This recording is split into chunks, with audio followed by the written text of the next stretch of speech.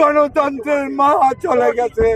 এত আন্দোলন সংগ্রাম, এত কিছু করলাম, আর বেগম খালেদা জিয়া নেই। আমি চাই না, আমি সবাই জানাই দিলাম যে বেগম খালেদা জিয়ার নাই, খালেদা জিয়ার বেগম খালেদা জিয়ার দুনিয়া নাই। আমি আর বিশ্বাস করতে পারলাম না। আমি তাড়াতাড়ি দৌড় দিয়ে আমি বাড্ডা থেকে দৌড়িয়ে এখানে আসছি। আসে আমি সঠিক জানতে পারলাম যে আজকের আর বেগম খালেদা জিয়া নেই। আমি চাই না, আমি সবাই জানাই দিলাম যে বেগম খালেদা জিয়ার নাই।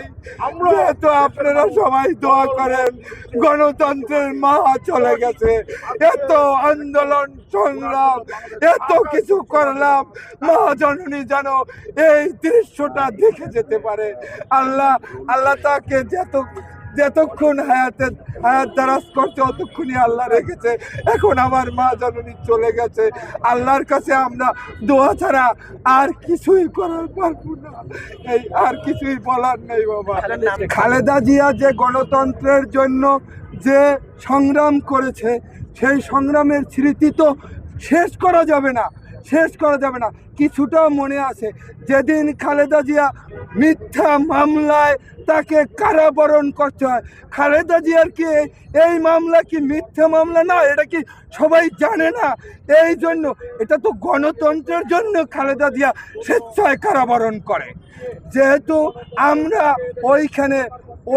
ওইখানে আন্দোলন সংগ্রাম করতেও আমরা পারছিলাম না, যেহেতু এই কুত্তা বাহিনী দিয়া আমাদের মিলিয়ে দিয়ে আমাদের ঘর বাড়ি তছনছ করে ফেলছে। যেহেতু এই গণতন্ত্রের জন্যই, এই দেশের জন্যই, এই মানুষের জন্যই, এই জনগণের জন্যই তো খালেদা জিয়া জীবন দিয়েছে। আজকের কোনো দুর্নীতি মামলায় খালেদা জিয়ারে কোন রকম দুর্নীতি মামলায় দোষী করতে পারছে? আজকের তুমি শেখ হাসিনা কোথায় আছো? তুমি কত হাজার হাজার কোটি আমাদের এই গরিব মানুষের টাকা নিয়ে তুমি আজকে ভারতের পালিয়ে গেছো। এটা তো ইতিহাসের পাতায়। আমি আগামীকালকে থাকবো না, কিন্তু এই কথাগুলো কিন্তু